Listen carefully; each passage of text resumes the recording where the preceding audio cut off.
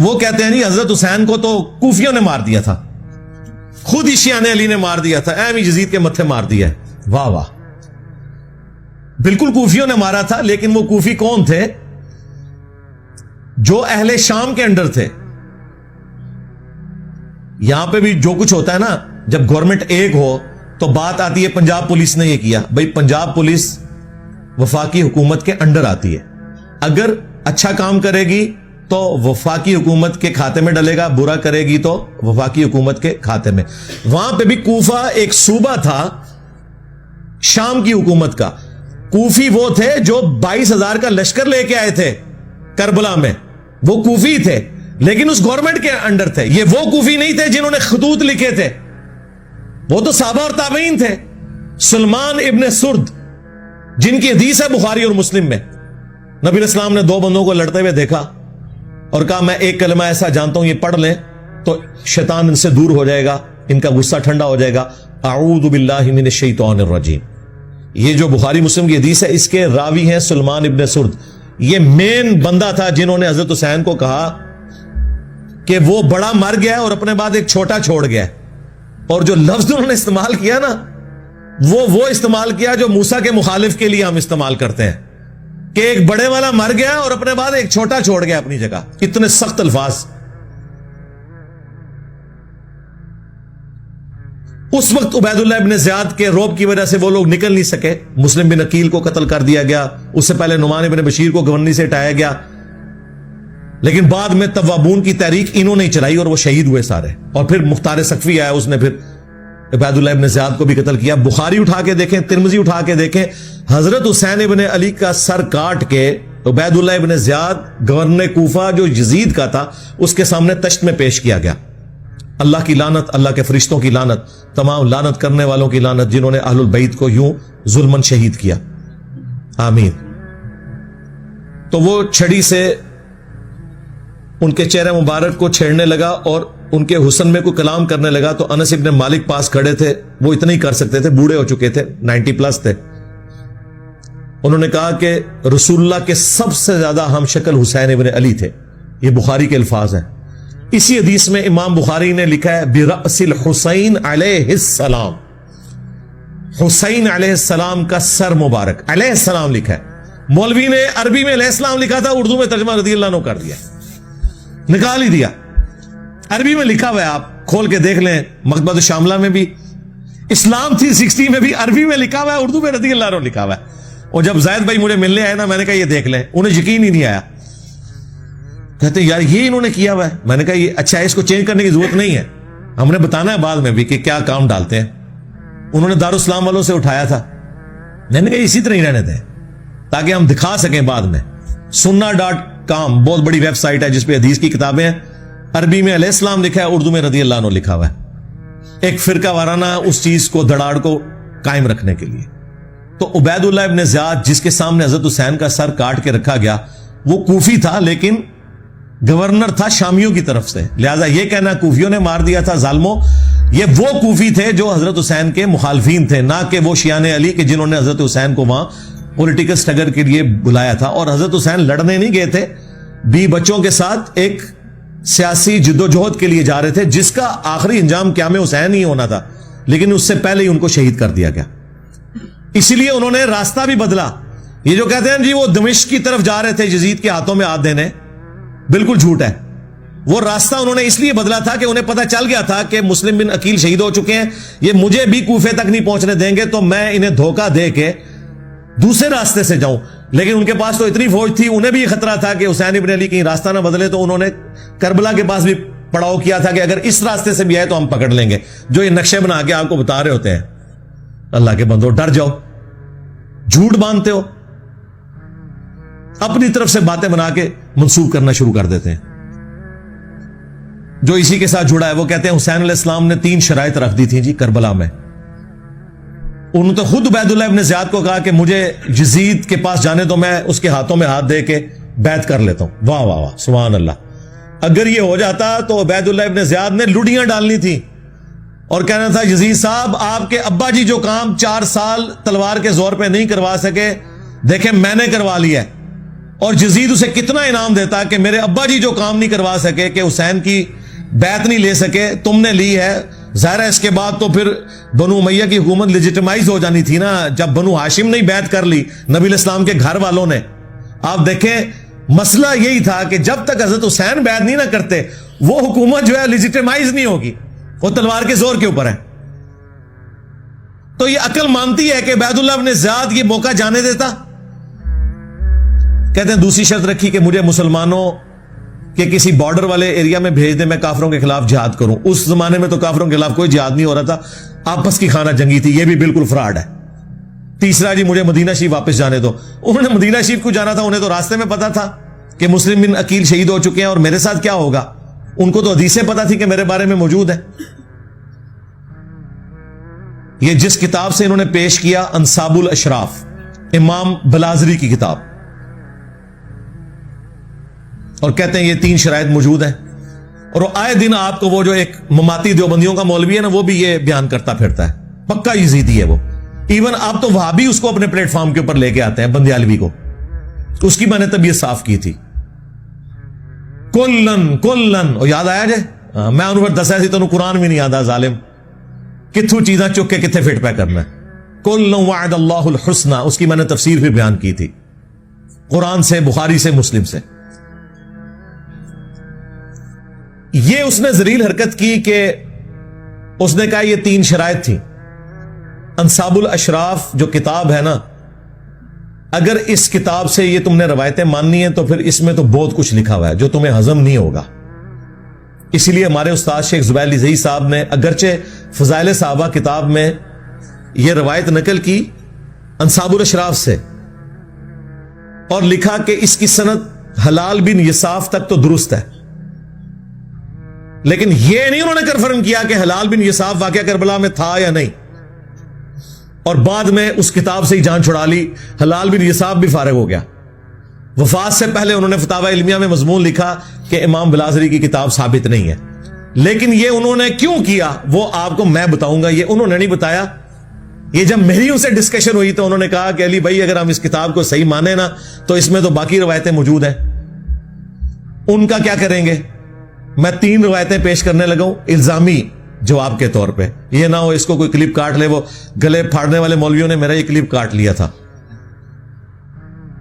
کہ اگر تم نے 3 شرائط والی کتاب انصاب الاشراف کو ماننا ہے تو اس میں یہ لکھا ہوا ہے یزید کے والد کے بارے میں کہ اس کا تابوت جہنم کی آگ میں ہے. جی یہ لکھا ہوا ہے. یزید کے والد کے بارے میں لکھا ہوا ہے کہ جب تم اسے دیکھو کہ میرے ممبر پہ چڑھا اسے قتل کر دینا. اور پھر وہ مشہور روایت جس کا کوئی سرا پکڑا ہی نہیں دیتا تھا کہ اس روایت کا مقصد کیا ہے, وہ روایت بھی پوری اس کتاب میں لکھی ہوئی ہے. اگر اس کتاب کو صحیح ماننا ہے تو پھر آپ دیکھیں آپ کے ساتھ کیا ہوتی ہے. وہ روایت تھی مسند البزار میں مجموع الزوائد میں صحیح سند کے ساتھ کہ نبی علیہ السلام نے 3 لوگوں پہ لعنت فرمائی. آپ کے سامنے سے ایک اونٹ گزر رہا تھا, آپ نے فرمایا جو اونٹ پہ بیٹھا ہوا ہے اس پہ بھی اللہ کی لعنت, جو اونٹ کو ہانک رہا ہے اس پہ بھی اللہ کی لعنت, اور جس نے اس کی مہار پکڑی ہوئی ہے اس پہ بھی اللہ کی لعنت. یہ روایت ختم ہو جاتی ہے مسند البزار میں مجموع الزوائد میں. اب اس روایت سے کیا رزلٹ نکلے گا جب تک یہ نہ بتایا جائے کہ اس اونٹ کے اوپر وہ شراب لے کے جا رہے تھے, ایرون لے کے جا رہے تھے, چرس لے کے جا رہے تھے, لعنت کیوں ہوئی, وہ بندے کون تھے. وہ محدثین نے اپنی کتابوں میں ان بندوں کے نام نہیں بتائے. ظاہر مشکل ہو جانا تھا, سنیت کا ایک غلبہ, سنی ہمیشہ حکومت میں رہے آپ کو پتا ہے. لیکن یہ روایت اپنی جگہ موجود ہے. اسے کہا جاتا ہے اونٹ والی حدیث کہ اونٹ پہ بیٹھے ہوئے پہ بھی لعنت, ہانکنے والے پہ بھی, مہار پکڑنے والے پہ بھی. کیوں لعنت, یہ بندے کون ہے, کوئی ذکر نہیں. انصاب الاشراف میں موجود ہے کہ وہ 3 بندے کون تھے, ان بندوں پہ اصل میں لعنت کی گئی تھی. اگر اس کتاب کو کسی نے صحیح ماننا ہے, 3 شرطوں والی کتاب. ہم تو کہتے ہیں مانو پھر اگے بھی ٹورو, فارغ ہی ہو جاؤ. انصاب الاشراف میں لکھا ہے کہ اونٹ پہ یزید کے دادا ابو بیٹھے ہوئے تھے. ہاں جی, اونٹ کی مہار یزید کے ابا جی کے ہاتھ میں تھی, اور اونٹ کو ہانکنے والا یزید کا چاچا تھا. چچا, ایک چشتی چاچو ہے نا, ایک یزید کا بھی چاچو ہے.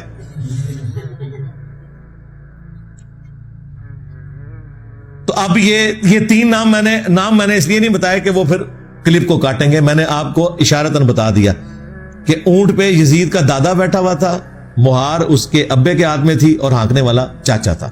نام آپ سب کو پتا ہے, ورنہ ہمارے اسٹوڈنٹس کمنٹس میں خود لکھ دیں گے تین بندوں کے نام. اس روایت کو پھر صحیح مانو گے؟ اسی لیے شیخ زبیر صاحب نے کہا یہ کتاب امام بلازری سے ثابت ہی نہیں, جان ہی چھڑا لی. بالکل ٹھیک کیا. آندہ کوئی تین شرائط والی بات کرے, اسے کہو تین شرائط والی بات کرو گے تو تین ملعون لوگوں کا ذکر ہم کریں گے. پھر ہاں, وہاں تین شرائط, یہاں تین وہ لوگ جن پہ اللہ کے نبی نے لعنت فرمائی ہے. پھر ظاہر ہے یہ پیرلل میں آئے گا. اور صرف لعنت نہیں, کہا کہ یزید کے باپ کا تابوت جہنم کی آگ میں ہے, یزید کے باپ کو جب ممبر پہ دیکھو تو اسے قتل کر دینا. یہ ساری روایتیں بتائیں گے. لہذا بہتر یہ ہے کہ انصاب الاشراف سے جان چھڑا لیں. ہمارے نزدیک بھی ہمارے استاد کا موقف ٹھیک ہے. یہ کتاب اگرچہ اکثر محدثین امام بلازری سے ثابت مانتے ہیں, لیکن اس کے ساتھ یہ جو خطرناک باتیں جڑی ہوئی ہیں, جو خطرناک سے بھی اگلا ورژن ہے, بہتر یہ ہے کہ اس کتاب کو آپ جان چھڑا لیں کہ یہ ساری جعلی کتابیں. اور ہمیں پتہ ہے کہ آپ کی جتنی باتیں وہ ویسے ہی جعلی ہیں, کوئی صحیح بھی نکلے نا. ایک بڑی مشکل سے آپ نے دریافت کی تھی, وہ مانتے مانتے آپ کو اتنا کچھ ساتھ ماننا پڑ رہا ہے کہ آپ بھی اس کتاب سے اب جان ہی چھڑائیں گے انشاءاللہ تعالی. حضرت حسین ابن علی, حضرت معاویہ رضی اللہ تعالیٰ عنہ کے بیٹے یزید ابن معاویہ, جس کی آپ جھوٹی وکالت کرتے ہیں, اس کے دور ملوکیت میں شہید ہوئے ہیں. ویسے تو آپ کہتے ہیں, حضرت عمر کہتے ہیں میرے دور حکومت میں اگر کوئی کتا بھی مر جائے فرات کے کنارے تو میں جواب دے ہوں, اور فرات کے کنارے حسین ابن علی شہید ہو جائیں تو وہ جواب دہ نہیں ہے اس وقت کا حکمران. مسند احمد میں حدیث ہے, مولا علی جنگ صفین سے واپسی پہ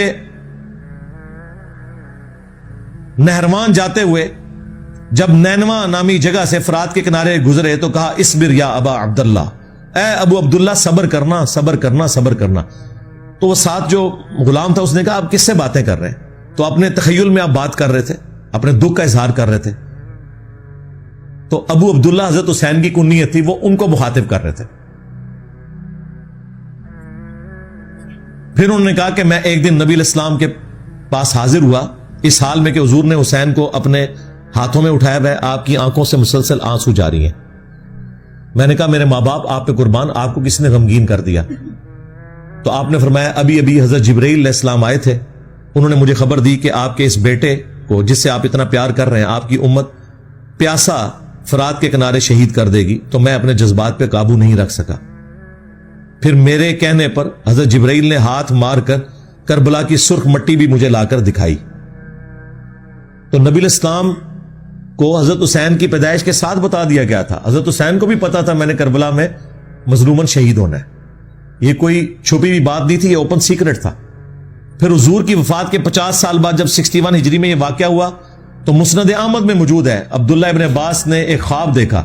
یہ کسی وہابی کا خواب نہیں ہے, کسی بریلوی کا خواب نہیں, دیوبندی کا نہیں, یہ صحابی کا ہے جو نبی اسلام کی شکل کو پہچانتا ہے, جس کے لیے گارنٹی ہے کہ اس شکل میں شیطان نہیں آ سکتا.